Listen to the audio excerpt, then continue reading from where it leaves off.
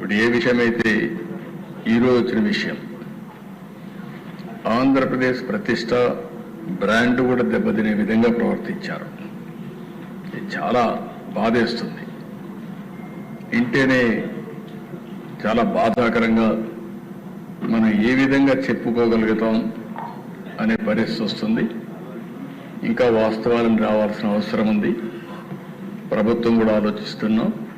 వాస్తవాలన్నీ వచ్చిన తర్వాత ఎప్పటికప్పుడు అవన్నీ కూడా అధ్యయనం చేసుకొని ఏం చేయాలో చేస్తూనే మళ్ళా మీకు ఇన్ఫార్మ్ చేస్తాం. ఏ ప్రభుత్వం అయినా ప్రజలకు జవాబుదారీతనంగా ఉండాలి. ఎవరు తప్పు చేసినా వాళ్ళ మీద యాక్షన్ తీసుకునే పరిస్థితి ఉంటేనే ఇంకొకరు ఇలాంటి తప్పులు చేయకుండా భయపడే పరిస్థితి వస్తుంది.